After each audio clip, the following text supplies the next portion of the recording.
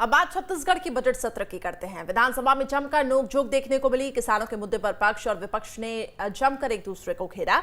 विपक्ष ने सरकार से किसानों की आत्महत्या पर तीखे सवाल किए, जिसका सरकार ने भी जोरदार जवाब दिया।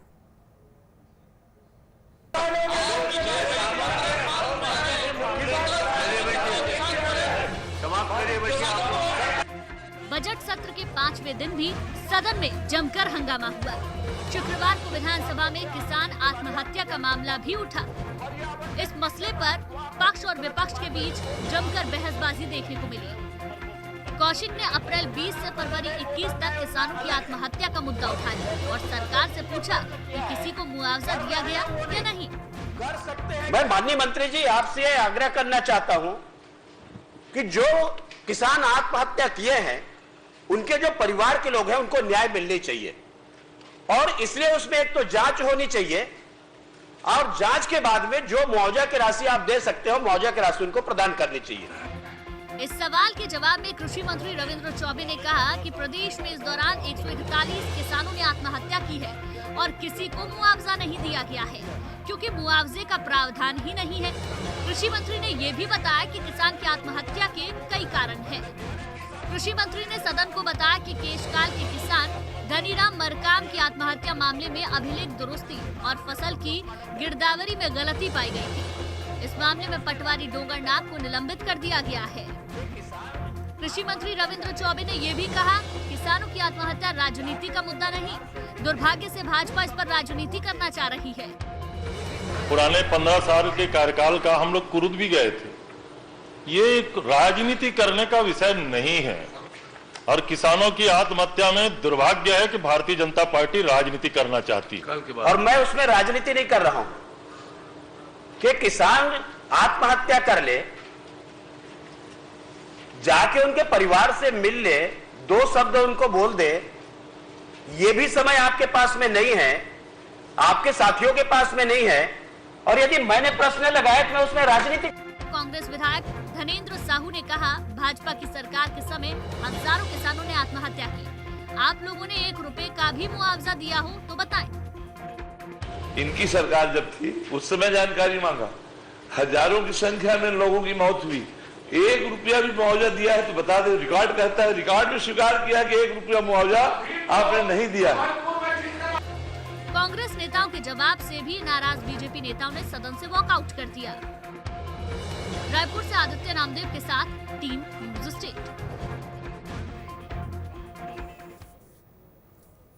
तो छत्तीसगढ़ विधानसभा में शुक्रवार को बजट से पहले प्रदेश का आर्थिक सर्वेक्षण पेश किया गया, जिसमें कृषि को प्रदेश की आर्थिक ताकत दर्शाया गया। तो वहीं जीडीपी और प्रति व्यक्ति आय पर कोरोना का असर देखने को मिला, जिसको लेकर विपक्ष ने निशाना साधा तो सरकार ने इस सरकार की नीति पर मुहर करार दिया। छत्तीसगढ़ विधानसभा में बजट से पहले शुक्रवार को प्रदेश का आर्थिक सर्वेक्षण पेश किया गया। सर्वेक्षण में कोरोना संकट का असर साफ दिख रहा है। सकल घरेलू उत्पाद में पिछले साल की तुलना में गिरावट दर्ज की गई है। आर्थिक सर्वेक्षण के मुताबिक सकल घरेलू उत्पाद यानी जीडीपी में 2019-20 की तुलना में 1.77% की गिरावट आई है। बाजार मूल्य पर जीडीपी में 1.54% की बढ़ोतरी हुई है। कृषि क्षेत्र में 4.61% की बढ़ोतरी का अनुमान है। कृषि, पशुपालन, मत्स्य और वन क्षेत्र में 4.81% वृद्धि हुई है। उद्योग क्षेत्र में 5.28% की कमी होने की आशंका जताई गई है, जबकि सेवा क्षेत्र में 0.75% की बढ़ोतरी का अनुमान है। प्रति व्यक्ति आय में पिछले साल के मुकाबले 0.14% की कमी आई है। प्रति व्यक्ति आय 1,05,089 रुपए से घटकर 1,04,943 रुपए हो गई है। प्रदेश सरकार आर्थिक सर्वेक्षण की रिपोर्ट को कोरोना संकट के बावजूद बेहतर बता रही है। प्रदेश सरकार में मंत्री अमरजीत भगत ने कहा है कि राज्य सरकार की नीतियों की वजह से कोरोना संकट के बावजूद प्रदेश का प्रदर्शन आर्थिक मोर्चे पर अच्छा रहा है। कृषि क्षेत्र में 4.61% की वृद्धि अनुमानित है। खनिज क्षेत्र में भारत सरकार की गलत नीतियों के कारण अपेक्षाकृत वृद्धि नहीं हो रही है। प्रदेश के प्रमुख खनिज कोयले के उत्पादन में भी कमी आई है। परंतु राज्य सरकार की नीतियों एवं कार्यक्रमों के कारण सेवा क्षेत्र में वृद्धि सकारात्मक रहा है। वहीं आर्थिक सर्वेक्षण की रिपोर्ट के आधार पर पूर्व सीएम रमन सिंह ने सरकार पर कटाक्ष किया है। रमन ने सरकार को हर मोर्चे पर फेल करार दिया है।